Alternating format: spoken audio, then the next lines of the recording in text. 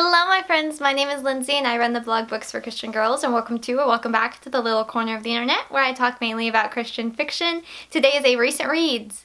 And of course I have way more than I prefer to talk about today, so unfortunately this will probably be a long video. I'm going to try to keep it under an hour, but I make no promises because we have 23 books to talk about today.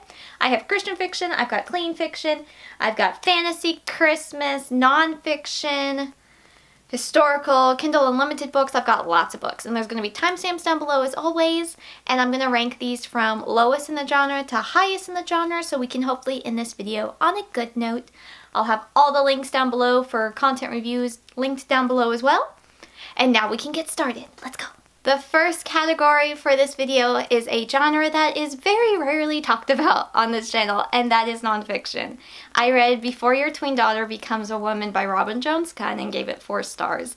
Now, let's just preference this real quick by saying, had this been by any other author, I probably wouldn't have read it, but it's Robin Jones Gunn, and I've enjoyed her fiction books and her nonfiction books that I've read, so I really wanted to give it a try. And even though I'm not in that stage of life of being a mom or anything like that, it really gave me a lot to think about for when I hopefully, prayerfully one day am a mom. And just that I'm a planner, I'm an overthinker, so I really like thinking of these kind of like things to chew on and really think about, you know. I really like books that do that for me, and this book did. And I think the biggest thing to note though is this isn't a book that you give to a tween girl. This is for her mom or another parental figure to help make that transition from a tween girl to a woman not be scary or shameful or embarrassing, to not just sweep it under the rug.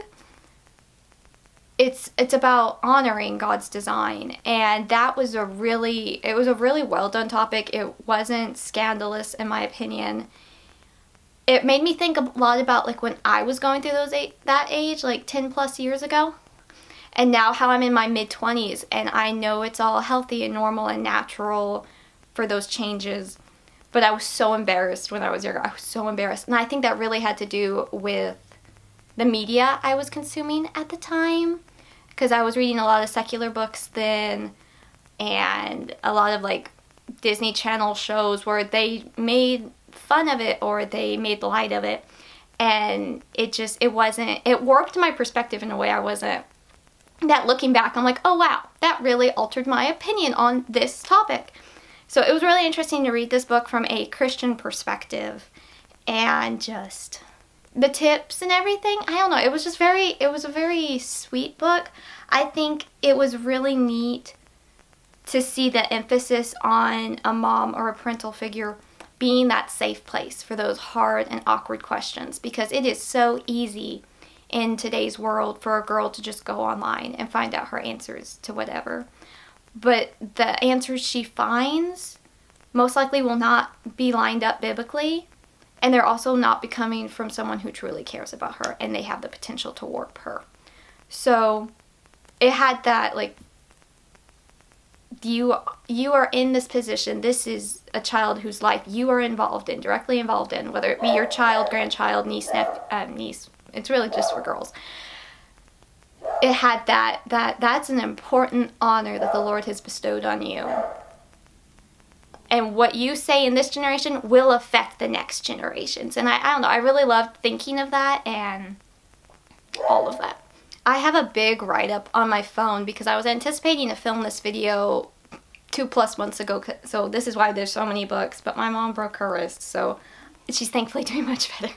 But it's been a little crazy. So I had a very like passionate speech. I wanted to give in this video about this book. But I want to kind of note one thing, that as a consumer, and I guess you could say an influencer in the Christian online community, one thing I've noticed that's been a big difference, a big shift that I really like seeing, is that when I was younger, it was always like people talking about like your period as like a curse, or blaming Eve for it, or awful, or you know, that kind of thing. And now I'm seeing that shift that's really embracing God's design for women. And I love seeing that shift in the Christian community. I don't know if anyone else ever noticed that, but like very much like it had such a negative feeling to it, and now it's shifting to be honoring your God-given biological features as a blessing and not a burden. And I love that, and this book really highlighted that as well, that it is a blessing, it is an honor to be a woman. It is not your perspective and how you tell others about it, whether it be, again, your daughter, granddaughter, niece, or just a young girl whose life you're in, it's gonna change how she'll tell her children or others she knows about it. And I don't know, I'm rambling. I've tried to film this segment multiple times, but I don't know, it gave me a lot to think about, and I liked it. I do think it would be a good resource for even if your daughter isn't a tween girl, maybe she's a bit older. It's never too late to be that safe place. So there you go. I talked about that book for a while, but again, full content review down below on that. The next category is Christmas, and I have one little book for that, and that is A Royal Christmas by Melody Carlson. I gave this 3.5 stars. I'm not really a big Christmas reader, but this one was for review, and I typically try to read Melody Carlson's new Christmas novella every year. And this is following the plot, the trope, if you will, of a normal girl suddenly finding out she is a princess. So she has to go whisk away to that country, and I like that trope. I blame the Princess Diaries movies, not the books, the movies, for that. I think that really just like influenced my generation like crazy. But it was cheesy at times. It was kind of predictable and didn't require a lot of thinking, but you know, that's not bad, especially around the holidays. So it was overall fun. I liked Adelaide. I thought the main girl, I thought she had a good backbone, but she also was like studying to be a lawyer. So like she didn't get pushed around, which I really liked, because I feel like it's very common in this trope where like they're very meek and like they get pushed around, but she didn't get pushed around, so I appreciate that. My one, I guess you could say caveat, if you will, that I wasn't a fan of was like there is this, I don't even know what it was, some kind of like mythological kind of creature called Krampus, and it had like very much like a Halloween icky feel, like the icky side of Halloween, and I just was like, yeah, not liking this part. And obviously it's portrayed negatively and as a comparison, if you will, to Christmas and obviously the true meaning of Christmas. So it was a comparison, but I still didn't like that part. It bumped the rating down for me just a bit because I was like, ugh. I already don't like Halloween and all that gore anyway. So just like mentions of like a horned creature and all that, I was like, no thank you. No thank you. Moving on into fantasy. I will have more fantasy towards the end of this video with the clean KU video part at the end. But for Christian fantasy, I'm just really counting these two as, because it's got a light allegory, if you will. And that is The Wonderland Trials by Sara Ella and The Looking Glass Illusion by Sara Ella. So I have read this one when it first released last year, I believe. And so I wanted to give it a reread because it's kind of a reimagining of Alice in Wonderland, but in like a dystopian and alternate universe kind of fantasy. I don't know how to explain fantasy. I'm a newer fantasy enjoyer. Like I've been reading fantasy for a while, but I'm really just now finding what I like. And I like fairy tales, so this has that aspect of it. So I reread this one because I knew I could not go into the second book. This is just one of those worlds, and because it's got that Alice in Wonderland reimagining in a dystopian kind of alternate universe, kind of alternate reality, if you will, plotline, there's a lot going on, and it's Alice in Wonderland, so it's gonna have that like what in the world is going on nonsense vibe, which is done so well. It's done very well, but like for the first 100 pages of this book, I'm like, I got no idea what's going on. I am trying so hard to follow along, but to be fair, Alice doesn't really know what's going on either, so I guess that's kind of a benefit in that regard. It's like we're both lost. We're both lost. And I mean, as long as it's just not me, I suppose. So I read this one for the first time last year, and I believe I gave it a 4. This time, I would put it kind of more as 3.5, I think. For this read through, I still was confused the first 100 pages. I don't know, my brain's just not quite understanding what's happening, but I did overall enjoy it. It ends on a cliffhanger, so I was excited for this second book, and I ended up giving this one about a 3.5 as well. I liked it. I can't really say too much. What I did like about this one is we see Chess's point of view, so like Cheshire. The names in the series are great, I have to say. Like, the creativity with the names are very fun. It did feel a little like Disney note-ish at times, but I've only read part of the original Alice in Wonderlands. I think I read the first book. I don't think I read anything else. So like, there was vibes that like, oh, this very much reminds me of the Disney old movie, but that was okay. I gave it 3.5. I can't really say much. The allegory is super, super light. And again, there was times I was like, I don't exactly understand what's going on.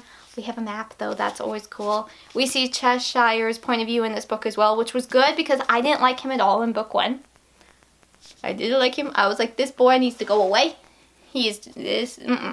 But this one was fine. This is kind of more of, I would put it as a cleaner read.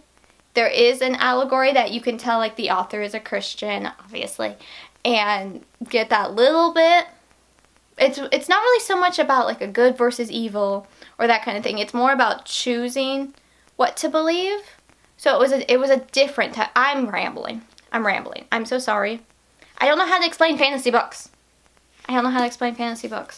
This one picks up, and the funny thing is I don't know why I had this thought, but read this one, and I was like, okay, so the next book's going to probably be really short. It's a little shorter, but I was like, okay, it's going to like wrap up quickly, and like final little challenge is going to be done. Quick, easy. Yeah, no. I don't know what I was thinking. For some reason, I just thought that last challenge would be so easy, but it wasn't. I mean, overall, this is a pretty clean series. I have my full content review down below. I like the British English. I think it's fun. The Wonderland nonsense sometimes is just like, I don't understand. But it is fun at times as well. So, there's that. Gorgeous covers. Look at these gorgeous covers. They are very pretty. So that's all I have on that. I don't really know what else to say.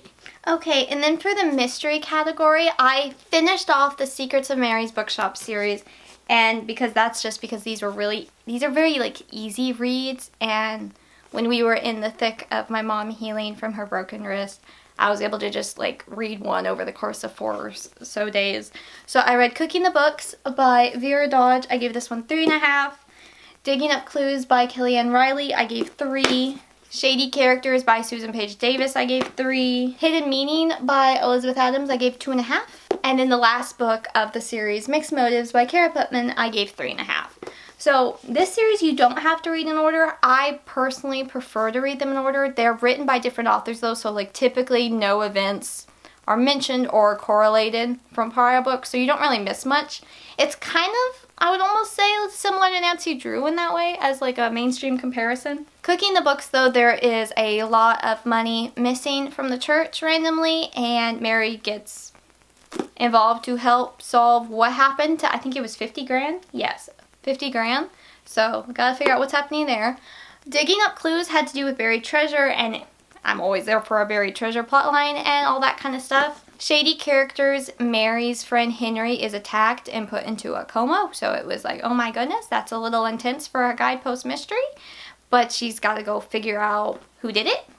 With Hidden Meaning, a woman has passed away and another woman comes to the funeral saying, this woman stole my daughter's identity, and you have to do with all that.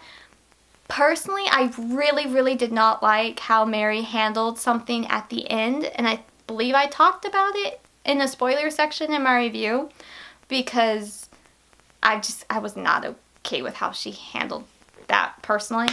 And then the last book in the series is, I gave 3.5 stars, and it has to do when Mary's sister Betty has been kidnapped and held for ransom. So like, we have a couple intense books at the end of the series, which is very funny, not intense because they're cozy mysteries, but a little more higher stakes than the whole, this is missing, we found this, buried treasure, you know, that kind of thing. So it was interesting. You know, this has been a fun series. Overall, I've enjoyed it. Some books more than others. I would still think my favorite book was, it was this one. I'll put the cover here. I can't think of the title, but I did really like that one. I believe I gave it 4 stars, and like the first couple of books were really good. It's just a fun, clean read series basically overall. I would say that Hidden Meaning had a little bit more that maybe would make it not okay for a preteen reader. But elsewise, I'm if I recall everything right, and again, I've got full content reviews if you want to double check, please double check if you're interested for your younger girls. I would think it would be fine. They're entertaining. There's not really too much to say about them. Again, I was able to read like one over the course of 4 days when life was just absolutely busy and crazy. So it's just a calm, chill read typically. An interesting mystery. Guidepost mysteries for me so far, I have not had any not be this way, but I would call them all front porch reads in the sense of just have a rocking chair, be on the front porch on a nice weather day and just read in the sunshine. It's just that kind of nice, chill, you can get distracted kind of thing. It's okay. I don't know if that made any sense, but if you know, you know. It's just, they're pleasant reads. Not... They're just pleasant reads. They're nothing tremendous in my opinion, but they're easy reads and they're pretty entertaining. For suspense, I shockingly only have one suspense book. But Countdown by Lynette Eason, I gave 4 stars. So, you know, if I'm going to have only one to talk about, as long as it's a good one, I don't really care. Okay, so I want to know, let me spell her name out and y'all tell me which way y'all would pronounce it. R-A-I-N-A. So Raina. I've heard it both ways. I looked it up. I had both ways. I'm not sure which way. So I'm going to just go back and forth saying her name different ways. That's what we're going to do. Let me know though, because I found both online. So let me know. Rainia. I don't know. I like them both. Anyway, she is a flight paramedic, like life flight, you know, kind of thing. And it was very interesting to see that. This is book 4 in the Extreme Measures series. You see the characters again. So like it's a series and they're interconnecting, but they're technically standalones. I think you would get more out of them if you read them in order. Personally, my favorite book was book 2. I didn't really care for book 1 because it was very creepy in my opinion. Book 3 wasn't bad. Book 4 was pretty good too. But book 2 was Crossfire, and I talked about that in my favorite books of 2022 video because I loved that book. Because of the faith content, and the main girl was just the coolest. I'm not gonna fangirl about Juliana right now. I'm not, but she was awesome. She was awesome. But Raina is a flight paramedic, and she has completely changed her identity to be able to hide from a stalker. And that stalker is an ex-boyfriend. So it's really hard for me to say, like, I enjoyed this book because it deals with such a topic like that it's like, oh, this isn't fun. But, you know, do y'all have the dilemma? If you read suspense books, let me know if you have the dilemma. It's like, I enjoyed this book. What's it about? There's a stalker, domestic violence. Like, okay, that makes me sound weird. The main guy, Vincent, is a U.S. Marshal, and when she is nearly killed in front of him multiple times, he decides to help out and get the stalker to leave her alone, kind of get him behind bars, put him justice, that kind of thing. And then we look into, like, there might be a serial killer and, like, that kind of thing. So it's, you know, it's the suspense. Like, if you're okay with suspense, you'll probably be okay with this one. But I do want to give a trigger warning for stalking, abusive boyfriends and husbands, and then domestic violence, because that is a very prevalent thing in this book. So heads up on that if those are triggering for you. There was a few parts where their romance was kind of cheesy, but Vincent was a really good guy. Like, he was a good guy. He really cared about her. I don't typically like seeing where, like, they don't meet on page for the first time, but we kind of saw that in the prior books of the series. So, like, they know each other. They're kind of friends, acquaintances, and they're interested in the other, but she has secrets that she's keeping, you know, secrets. So he has to really work to show that he's trustworthy and that kind of thing. And, you know, they were cute together. He was a little pushy at times, but he would realize when he was too pushy and he'd back off. So well done on that. What I really liked, though, about this book was the faith content. And there was one part that quite literally brought me to tears. Quite literally. It just spoke to my heart with something that I've struggled with. It talks a lot about how Raina is unable to trust God because of what she's been going through, and like she knows she can, but she doesn't feel like she can. And I don't know, that kind of hit home for me in a lot of ways, especially after this year. And I loved the faith content. I did cry, and just looking at that thing makes me want to, that conversation they had made me want to cry.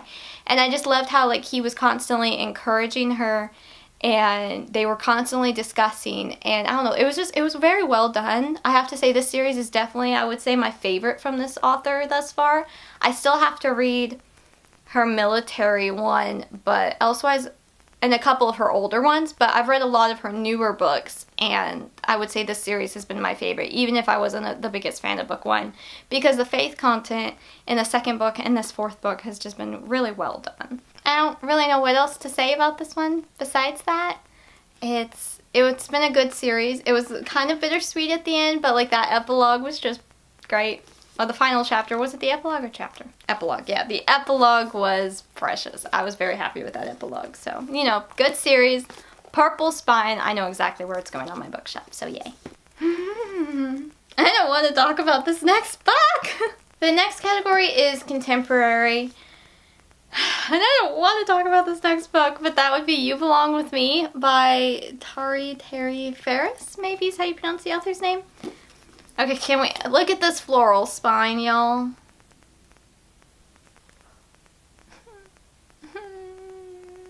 I love this spine. This has to be like the prettiest spine I think I've ever seen, ever. And the whole series is floral, and that's just so my aesthetic, so I wanted to like this series. But I've unhauled the other two books, and I'll be unhauling this one because I gave it a 1.5 stars, which honestly feels a little generous.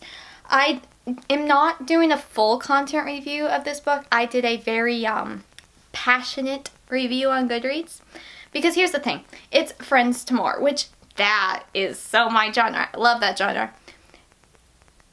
But oh my word. Okay. I don't know where to begin with this book. Okay, so we've got the Unoiled Liquid. I can't even talk. This book, it just frustrates me so much. We have where like the I loved him, but I can't tell you. I mean, we have that kind of thing. And it's just like communication. Communication was not these characters' strong suit. Let me just tell you that right now. And here's the thing. If that only lasts like a little bit of the book and then we're all cute, lovey-dovey, happy, fine, lovely, unicorns and rainbows kind of thing, it's great. It's great. But when it's both sides of the couple and them not being together because they don't communicate, when it takes 50% of the book for them to communicate, I'm out. I'm out. Like, oh my goodness, no. No, no, no, no. And here's the thing, okay. The main girl, Hannah, if your name is Hannah, you need to be offended by this Hannah, because this Hannah was, oh my goodness, she was a piece of work. I don't think I've ever had a character drive me up a wall as much as she did. And like most of the time I can be like, oh, it's because of their past. It's okay, I'm giving them grace. I can't give her grace, I'm so sorry. I can't. Like, oh my God. She drove me insane. And like, here's the thing, it's like, I already was very concerned when like I start this book and they're like, we're friends. And then she notices his abs like 20 pages in.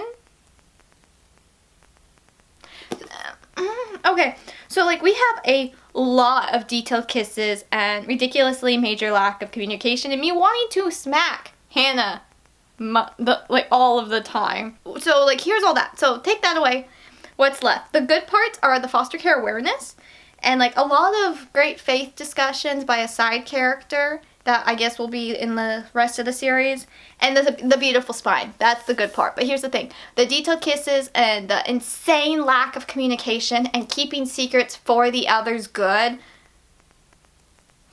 And then all of that and just me just wanting to smack Hannah. That was 80% of the book right there. Was all the kisses and the noticing and the lack of communication. Oh my goodness. That was insanity to me. Like, oh, I felt my blood pressure rising as I read this book. Somehow I finished this book. Probably because I'm like, okay, is Hannah gonna get better? No. Everybody kept making assumptions because they wouldn't talk. It's like, oh my goodness, if you would just talk, problems would be solved. World peace would happen if you would talk. Because they constantly were lying and keeping things for the others good. And that just drives me up a wall. And then you also have, we see okay, so it's Hannah and Luke. And they've been friends forever. And like, Luke was great. I liked the foster care awareness of the book. Luke was good. when he wasn't noticing her hips or giving very long, detailed, made-out kisses. But everybody acted like they were in high school. And then you've got the other side couple where they were a couple, but now he's engaged to someone else, and then he nearly kisses this other girl who's not the one he's engaged to. It was everybody just needed to talk. Like, can we just lock y'all in a room? No, if you locked them in a room, they'd probably kiss each other like crazy. Like, they wouldn't talk.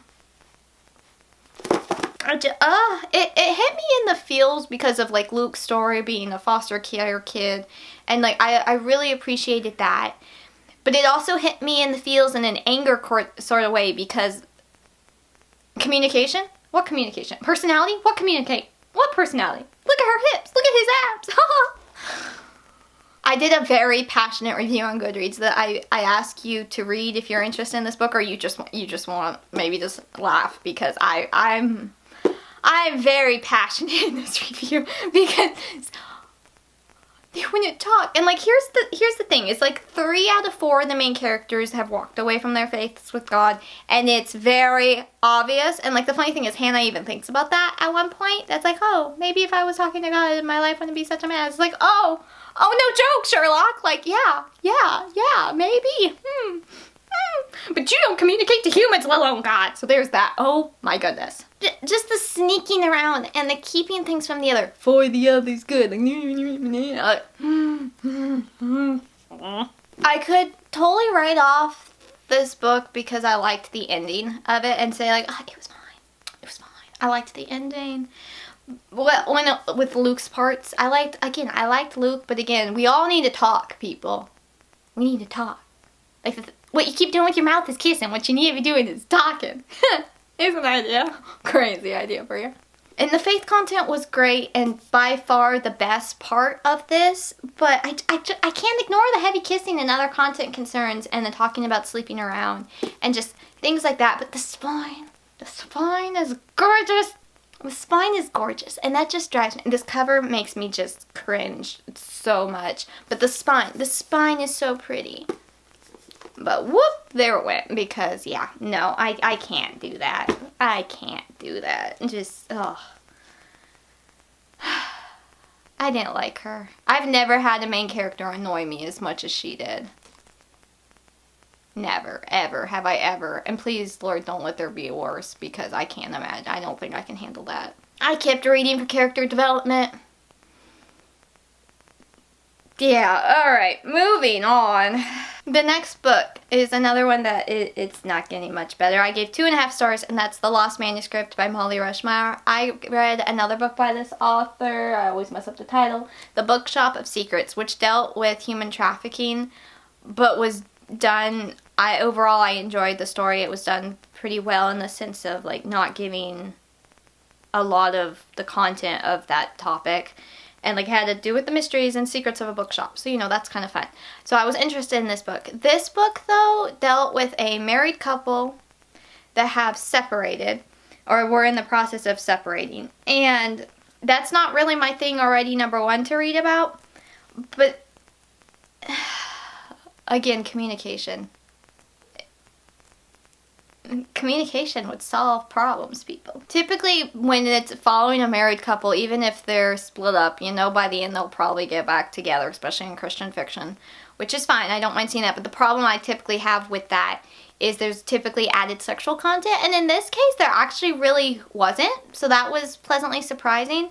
But I do think it needs to be noted for the triggers that the back cover does not talk about, and I had this problem with the author's other book, is the back cover does not mention very possible triggers for a lot of people. And in this case, we have miscarriage, we have divorce, and then extreme grief.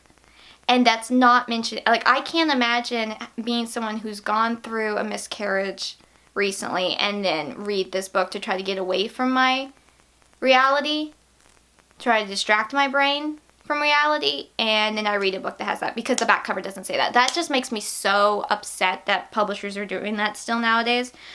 So there's that. Big warning for those.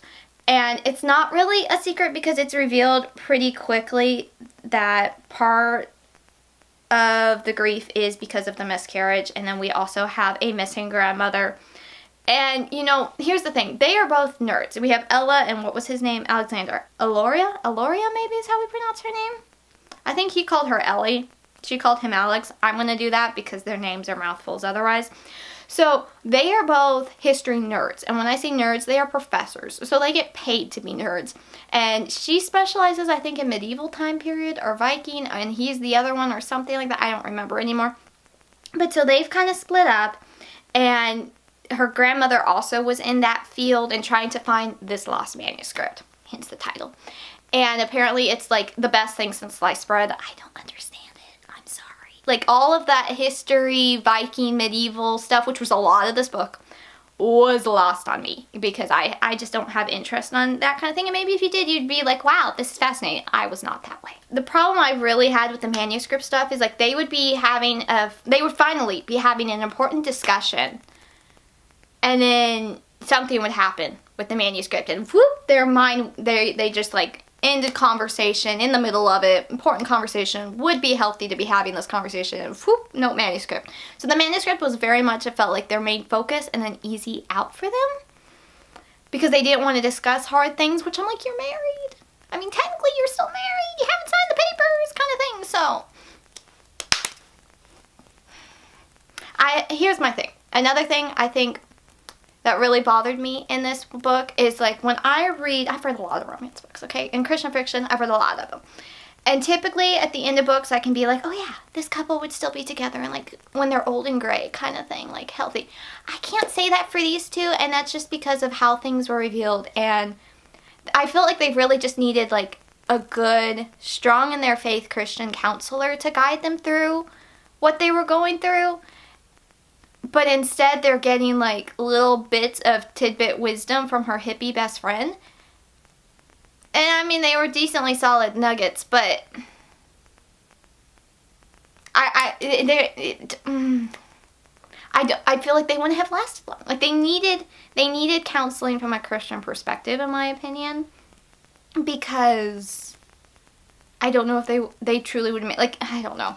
This book just gave me a lot of things to think about. And bothered me because of lack of communication, and I don't know. If I knew this couple in real life, and if I was privy to all the conversations like it wasn't here, like there was a lot of points where I'm just like, they are having it out. I feel like a fly on the wall, like I'm involved in a conversation I should not be, which, you know, some readers might like that. Other readers might be like, okay, this is a little much here, people. I'm still in the room, kind of thing. That's how I personally felt. And if I knew them as a real-life couple, I would be concerned for them. I really would be. I don't know. This book was just an unfortunate disappointment because of... Well, number one, I didn't care about the manuscript at all. I really didn't. But then we have such a lack of communication again. And just... it didn't feel like a healthy relationship, I guess you could say. So, I don't know if I'm explaining my thoughts well on this book. Again, if you want my coherent, nice, like, organized thoughts, feel free to check out my review. I guess you could just say I felt kind of heavy after reading this book. Take of it what you will. It was a miss for me. Content warnings, trigger warnings. And I know that might be considered a spoiler to some to mention about the miscarriage, but it's revealed very early in the book. And again, that is such a triggering topic for so many. So many. And I just, yeah, I think I would be remiss if I didn't mention it kind of thing. So this book was a miss for me. I may see about trying the author's next book out when it releases, but I'm going to see what it's about more first. Okay, we gotta talk about a happy book, and then we go back down to the ditches here in a minute. But my happy book for contemporary is Every Bride Needs a Groom by Janice Thompson. I reread this one. I gave this 4 stars. I just adore her books. They're just so much fun. And this one is such a fun series. I'm hoping to finish out my reread of the trilogy before the end of the year for sure. And this is all about Katie Fisher, who lives in a small town in Texas. And life is pretty good, you know. Everything's going swimmingly. Her boyfriend's probably going to propose soon. So her cousin's like, hey, why don't you enter to win your dream dress from this designer that you love? She's like, well, okay, sure. And she does. And she wins. On the same day, her boyfriend breaks up with her. what you gonna do? And I love that concept, because then we have the bridal shop's owner, the very famous designer, her son is having to take over the shop while the mom goes for some kind of fashion thing somewhere across the sea. I don't know. I don't remember. But you have him who's like a basketball player that is healing up and because of an injury, and so he's like surrounded by tulle and taffeta, and it's great. It's humorous. I like it. I like this series. So it was so much fun. It brought me so much joy. I cannot wait to read the rest of the series. Good faith content, fun characters, good humor, just all of it. So much fun.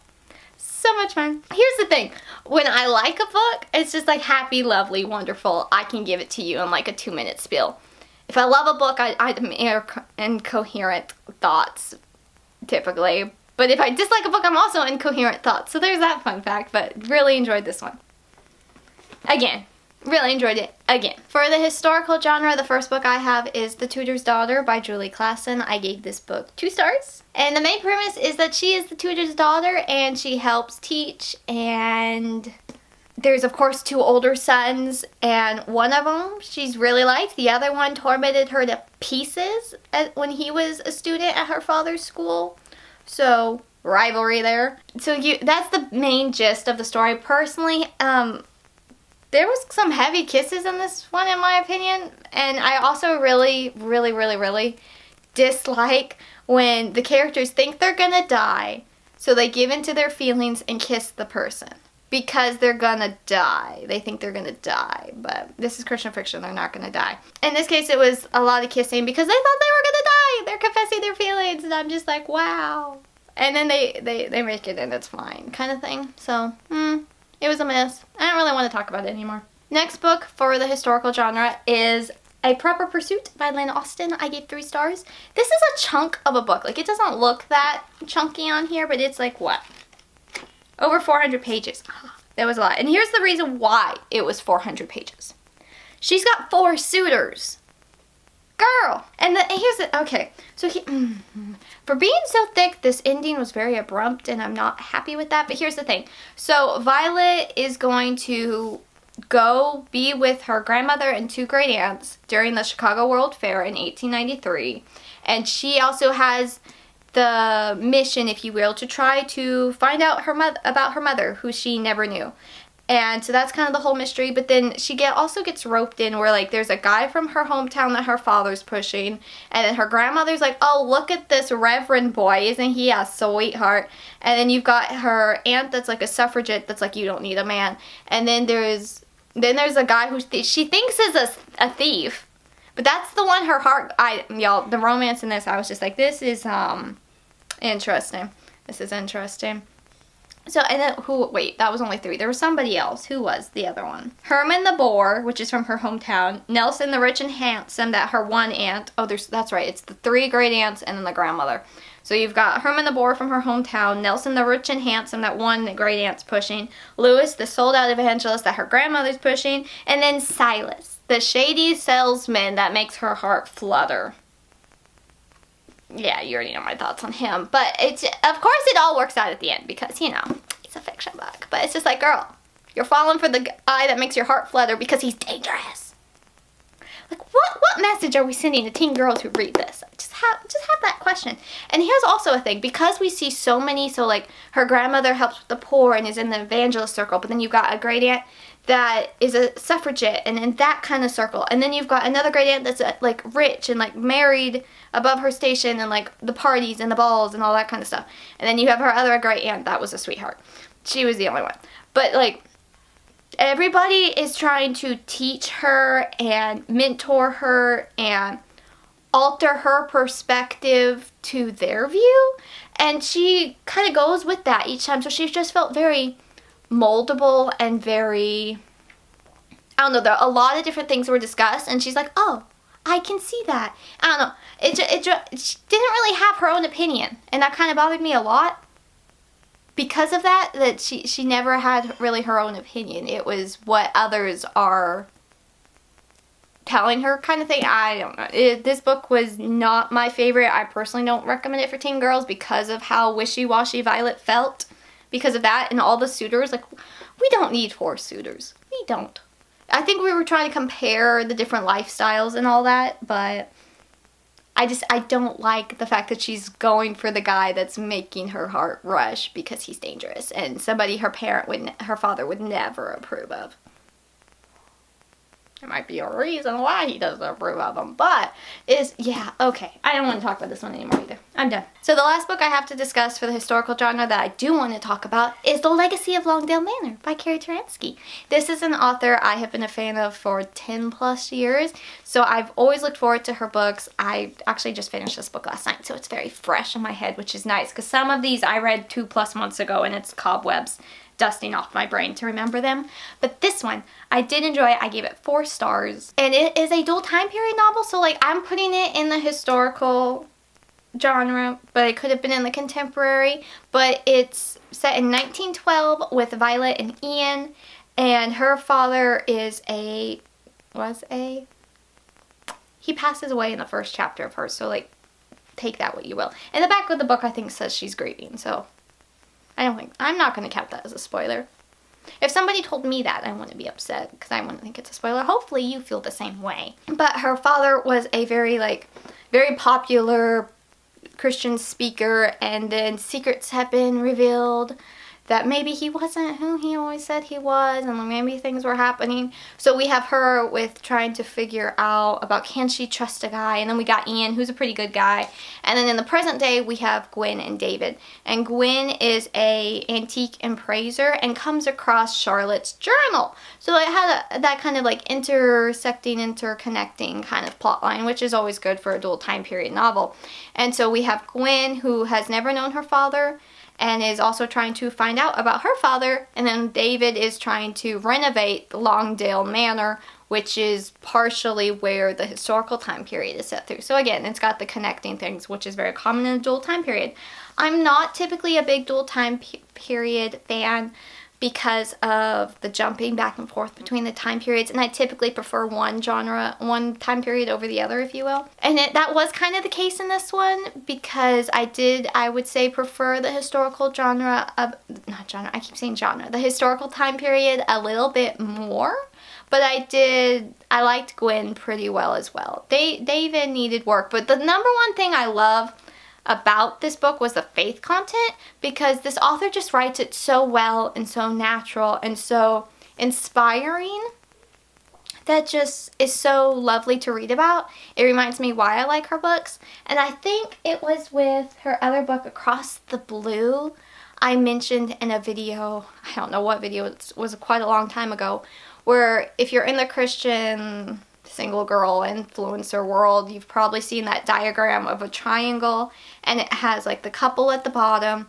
and then the closer they get to God, the closer they get to each other, and to strive to be that. And that is really what's highlighted in this author's books, especially these historical ones I've read by her. And I really love that it has their foundation being on their relationship with the Lord. It's not based off of physical attraction. Hallelujah on that, because I'm so tired of having physically attraction-based romances, y'all. But this book did not. Like, they're like, oh, they're pretty. Oh, they're handsome. But it's not like, wow, kind of thing. It was just different, and it was really nice. Really nice. And they fall in love with each other's character and personality, and I love that. That just feels so healthy, and I just love seeing that. And so this is an author I do recommend, like if you are a tween girl, well, maybe in a couple of years, maybe when you're like 13, 14, if you're wanting to get into the romance books and your parents say it's okay, this is an author I would trust and recommend. The books I've read so far, I've enjoyed them all. I do plan to read and review all of her books at some point. I'm slowly gonna get there, but it's just so nice to see healthy, God-honoring relationships in Christian fiction, and you would think that would be way more common than it is, but it's not really, in my opinion. So I don't know, this author just stands out to me because of her faith content that she includes. And like, I love it.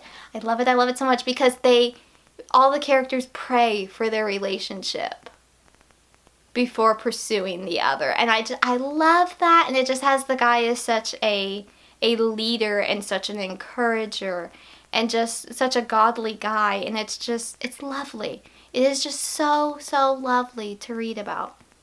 I just love it. It's just so sweet. Sweet, that's the good word. It's very sweet. So, 4 stars. I definitely plan to get a copy for my own bookshelves. The next category is our last category. We are almost there. We only have like 5 or 6 books to talk about. And the first one, though, these are all Kindle Unlimited or clean books, and that would be Inspired by Grace by Jenna Ellsworth. I'm not sure how to pronounce the author's first name, but this, it's not just friends to lovers, it's best friends to more, which, yes, please, sign me up. Love that. These two, they were best friends when they were like young to teenagers, and then he got shipped off to school, and things happened in her family. So they haven't seen each other in like 10 or so years, and they've reconnected, and it was really sweet in that regard. I did end up giving it, though, a 2.5, because while there was some faith content, I felt like a couple things needed to be explained just a little bit more on the sense of repenting. Like, they just kept talking about God's grace is for everyone, and it's like, yes, it is, that is true, but you have to repent. And they discussed that maybe once, but all the rest were like, God's grace, and it's like, yeah, that's great, you have to repent, you have to ask forgiveness, like the little things like that. And like, also, here's the thing, this is one of those books where like everything's hunky-dory, happy, lovely, it's great, you expect the book to end. And then you look down and you have 40% left. And it's panic time, because what do you mean what's going to happen? And that's when Gavin, the main guy, started questioning Grace's motives. The best friend. The girl he says he loves. And like, he's like, oh, maybe she only loves me for my money. Buddy! Like, and the thing is that first 60% was very fun. Like, there was one kiss that they kept recalling from when they were like 14 and 16. That was a bit much. But like, first 40%, great. You might just end it there. Because once we go past the hunky-dory, you just want to kind of smack Gavin with the shoe. Because he already knew this guy was a piece of work, and like, he already didn't like this guy, but this guy planted like a little seed of doubt in his mind about Grace. And then it's like, oh, well, maybe it's true. And it's like, you don't even like this guy. You don't even like this guy, and you're trusting what he's saying? Buddy. The classic Regency phrase, have you taken a leave of your senses? Because I wanted to ask Gavin that, because, buddy. Honestly, I took 2 stars off of my rating because of his blunders on that, and just, what was that arc? That arc just needed to go away, because that was just, I gave that one 2 stars. My apologies. I gave, the Inspired by Grace, I gave that 2 stars.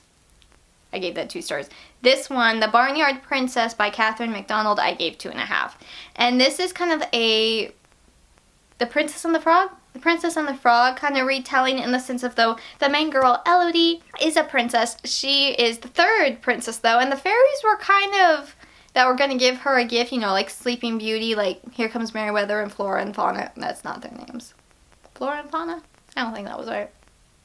I don't know. Anyway, you know, where you have the scene where the fairies come in and like, bless the baby, da-da-da-da-da, beauty, grace, da-da-da-da. Yeah, well, she's number 3 in the line of the princesses, and they kind of were lacking creativity at that point. So she is beautiful, obviously, but she can also speak to animals. And she's just like, what? Seriously? This is my gift?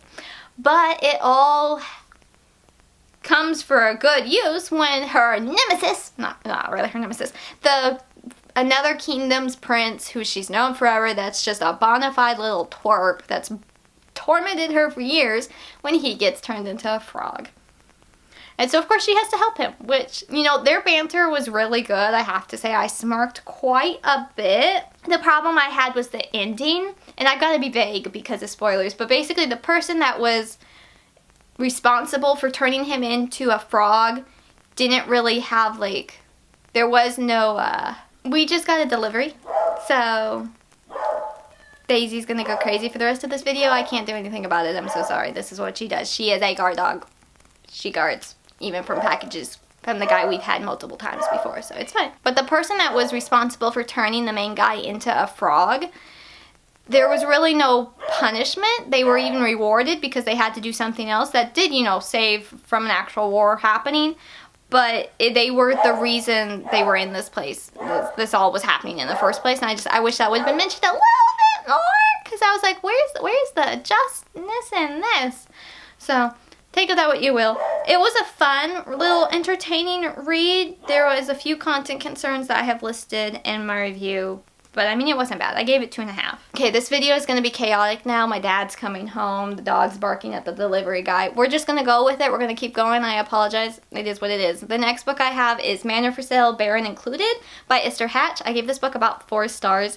There is no Christian content. It's clean. It kind of gives off like Jen Toronto vibes, but Regency, and I like that a lot. And so here's the thing. The main guy, John, he's a baron, obviously, and he's selling his manor. Money's gotten tight. It's unfortunate. And so he meets our main girl, Sally, and Sally plans to buy the estate. And he's like, well, she's smart and pretty, and if I marry her, then we can live in the house together and we'll be happy. It's great. And you might think he has like nefarious intentions. I love that word, nefarious intentions, but no. He fell so hard for her, and I love that. I love it when the guy just like falls for her so hard. Like, just, oh, sign me up. I love that. I just think that is adorable. And he's just like so, hi Daisy, are you done barking? I'm aware. It was just adorable. Let me shut my door again. Let's be honest here, y'all. He's kind of a nutball, but he's just head over heels interested in her and knows she is his future wife because he's already imagined it, and they'll be happy and just like happy on his estate with kids, and it will be adorable. But he's getting distracted by flirting and just being absolutely just like head over heels in love with her, and it was so cute. She has a great delight in ruffling his feathers as well. Hi Daisy. If you're gonna be in here, I gotta have the door shut. She ruffles his feathers so many times with little things that I was just laughing so hard. I haven't tabbed my copy yet, but I do plan to because there were so many parts I was cackling at. Like, I sounded weird, I'm sure, but I was just laughing so hard at their banter and some of the scenes. It was just very, very humorous. It was humorous. There was a couple kissing scenes. I was like, that's a little much, but, you know, elsewise, it was a very fun read. So I decided to pick up book 2, which was The Earl's Hideaway No Ladies Allowed by the same author, Esther Hatch. And I gave this one 3 stars. I didn't like this one as much, but that's just really because he wasn't head over heels for her, and I really like it when they're head over heels for the main girl. And it was still a fun and entertaining read. They were cute despite having to have the forced proximity trope. And so like he has a lot of sisters, and she has a couple sisters, and she used to be friends with one of his sisters, and like things have changed and whatnot, of course social standings and all that. But he ends up kind of house sitting for this one old guy that's got to go away, and so he's gonna go like live in his place. That's fine. Well, that's her uncle, and she was already supposed to house sit, so they have to share the house. So you have the whole proximity thing, forced proximity, which is not really my thing, but it did, Daisy, where was I? It did have the whole she fell first, but he fell harder, which I'll take that too. That is very cute, and he fell hard, so it was adorable. Random thoughts while reading is that we get their backstory pretty quick, which was fun.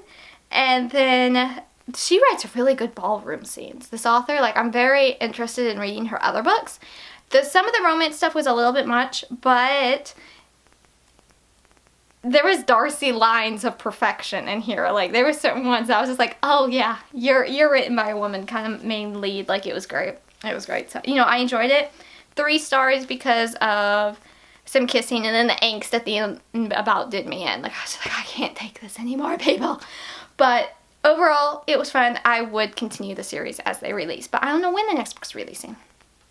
Not sure when it's happening, but I really hope the next one will be about her sister in this book because I really liked her. So that's that book. Okay, I think my next ones are going to be fantasy-ish, and that would be The Glass Gate by Heather Sandvik, maybe is how you pronounce this author's name. Now, okay, y'all, give me grace. I was a Pixie Hollow girl growing up. Like, and my Nana is British, and she really likes fairies, so I grew up with the fairy influence. So fairy stuff doesn't necessarily bother me, but this book had that, but it kind of read like a contemporary YA because you've got this main girl that's just normal human. She's half Japanese, living in Canada, and it's the Cinderella retelling, and she gets whisked away to the fairy world. And there's the Crown Prince. who might be 200 years old, but I'm ignoring that because that's apparently common with these fairy books, and I don't like that. Like, that's a weird age gap, people. So anyway, we're ignoring that. We're gonna ignore that. And of course, they start fake dating because he needs somebody to marry, but he doesn't want to do who his father's picked, but he's got to have time, so fake dating it is. I like fake dating. That's a good trope, too. Very good with that trope. And so we have that. But then the fake dating turns into not fake dating, and that's just great. So I gave this book kind of a 3.5, 4 stars. It honestly was just a pure kind of guilty pleasure read because it was just fun. It was just a fun read. It's actually book 2 in the series. Amazon, I don't know what they were doing, but they showed me book 2. And I read the back cover about her getting whisked away to a fairy world and the fake dating, and it's Cinderella inspired, and I just went, ooh, and I downloaded it instantly. I didn't check reviews, which was a risk because who knows about content kind of thing, but it was clean. It was clean, so I appreciate that. And then I just downloaded it right away. So it was a risk because I didn't even look to see if there was more books in the series, which, yes, there is, because this is book 2. Amazon, what were you doing showing me book 2? That was mean. But honestly, I don't know if book 1 would have sold me as quick. Book 2, just like that, the back cover blurb just really intrigued me. And this cover is also really pretty. And it kind of reminded me of the Lunar Chronicles only because it was a very unique Cinderella retelling. But then also because I was just kind of addicted in reading. Like, I didn't want to do anything else. I just wanted to read it because I was just so like, this is so fun and different kind of thing. It was fun. I do wish there had been more politics in the fairy world rather than like, oh, this is this and this and that kind of thing. It was more of an explanation. I would have loved to have more of the like the political stuff to it, but you know, that's probably just me. That's probably just me. I think it would have added the layers to it, but you know, it was fun. It was a fun read.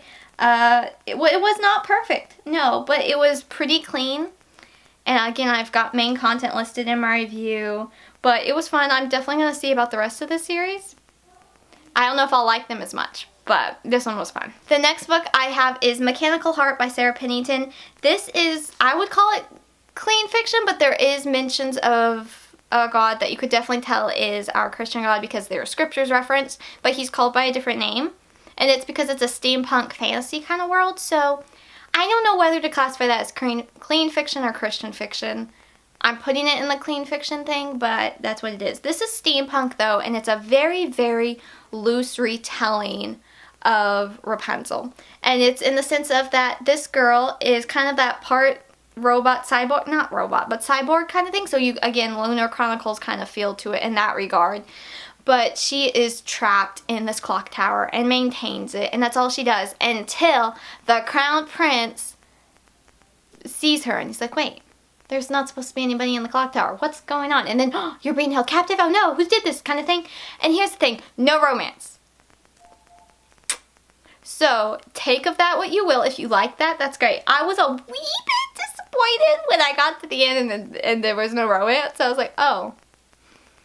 Well, that's fine, but oh, okay. So, just if you want no romance, here you go. If you do want romance, maybe not this book, or maybe when you're not in a big romance mood, because, yeah, that's it. But our main girl, Bryn? I don't know how to pronounce her name. It's B-R-E-E-N. I really liked her, and because of her being in the clock tower, for many years she's gone deaf, so she communicates via ASL. And I just thought that was such a neat concept and addition into the story, was having another language and it being ASL. I really love that. I did a little bit of ASL back in high school, and I really enjoyed it, and I wish I would have kept up with it. One day I will go back to it, I think, because it was just very, I think it's important to know, you know? Like, it's another language, but here in America, you know, it is recognized as an official language, as it should be. So, anyway, I thought that was very interesting. It's a very light retelling of Rapunzel. And the thing is that we see her point of view, but we also see the Crown Prince's, what was his name? Crown Prince boy. Where is his name? I'm going crazy here, people. Josiah, that's right. Josiah is the Crown Prince, and we see his point of view. And he has a lot of responsibilities. You know, he's a crown prince. So there is magic in this book, and it really kind of stems from like these crystals that have to be recharged and the whole alchemy kind of side that typically is involved with steampunk books. And then there's also a type of alchemy that's illegal, and that is blood alchemy. Alchemy? Am I saying this word right? I hope I'm saying it right. I don't like this word at all. This is a hard word to say, and it's spelt weird. So we have a lot of like debates and discussions of that, and like the politics of that, which I really have to say I liked, because it pulled me out to think of what would be my opinion if I was in this world facing this situation, this topic. What would I think? What's my opinion on this? And I really, really like when books do that to me. I love it when a book gives me something to think on the, what would be my opinion of this? I love that. Does that make me sound nerdy? I don't know. I'm an overthinker. That's what that should mean. And it was really interesting to see all of his parts, because he is in like the Senate kind of council and debates and all of that kind of thing about should they pass a law that makes the blood alchemy okay. If they did, what would that entail? Who would it control it? Who would it affect? That kind of thing. It was very interesting in that regard, and it had that moral dilemma and thinking of both sides of a situation, and I love that. I love a good moral dilemma in a book. And then also, I want to know that this book just felt so well written. I'm definitely going to be checking out the author's other books, because this was just so well written, and even like the characters you didn't want to really like, that you could tell were kind of shady, they've all felt so smart and just well spoken and well written, that was just like, are you pulling my leg, or am I just suspicious because I'm suspicious? Are you actually a good guy? Like, I loved the discussions and the debates, just felt so smart. That's a really weird way to say it, I feel like, but it did. Everybody felt smart, and that was really neat. I honestly would say that Josiah is probably my favorite Crown Prince I've ever read, because he had such a good heart. And it was like he truly, truly cared about his people. He was truly involved. He did not just like go hide away and like laze around or avoid responsibilities. He met it all, and he was just a good guy. He was a really good guy, and I loved the message of friendship in this book. And I know magic, that's a very touchy topic, but if you're okay with magic, if you or your family are okay with some magic, I think it would be fine. In that case, there's people that use it for good, there's people that use it for not good. So, you know, there you go. I enjoyed it. I do plan to get a physical copy for my bookshelves. Alright, our last book to talk about today. Y'all, I feel like I've been talking y'all's ear off.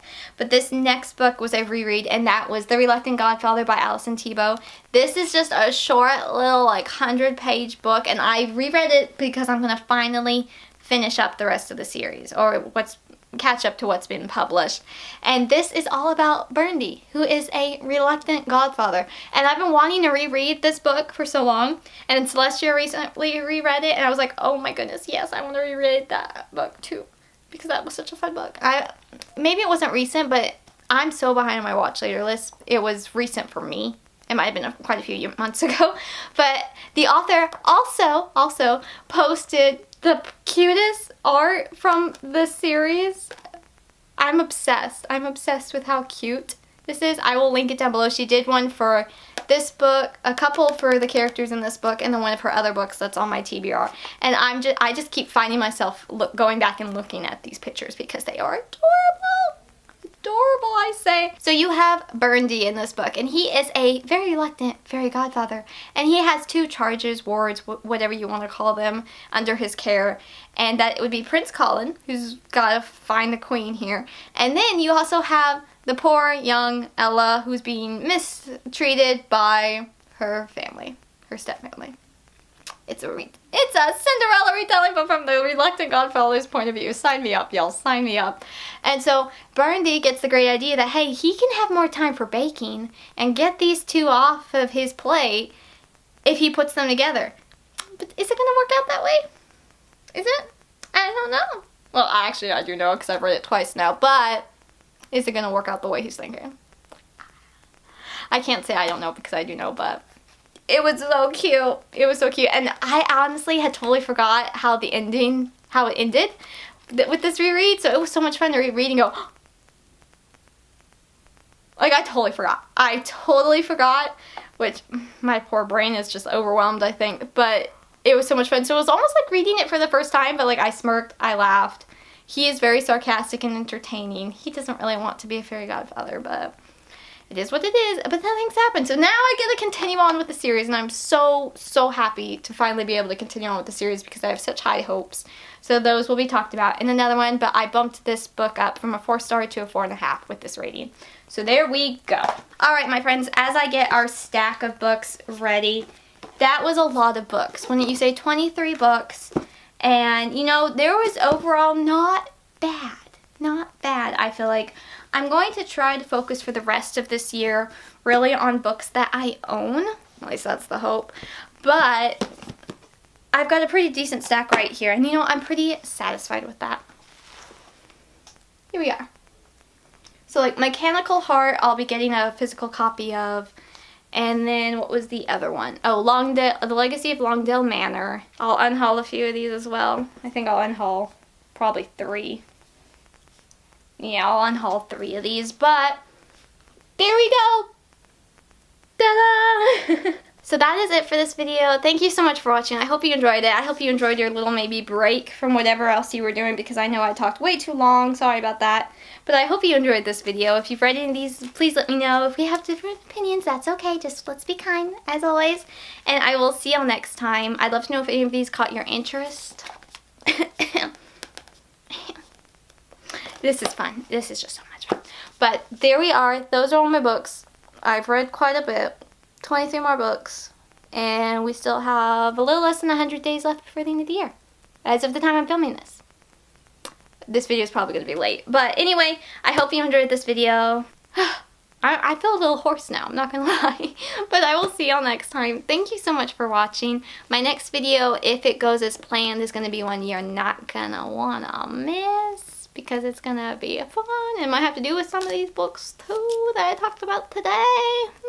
But anyway, thank you so much for watching and for all your support on this channel. I so appreciate it, and I can't wait to discuss with y'all in the comments below about some of these books. And I will see y'all next time. I am Lindsay from the blog booksforchristiangirls.blogspot.com, where there is a new review every Monday and Friday. I try to post a new video on this channel every other Friday. I'm on Instagram and Goodreads and TikTok. And there's also a newsletter if you'd like to sign up for our newsletter to receive 2 to 3 emails a month about what's going on with BFCG and all of our many social media sites and all of that kind of stuff. So I will see y'all then, see y'all next time, and I hope you have an absolutely lovely rest of your day. Bye!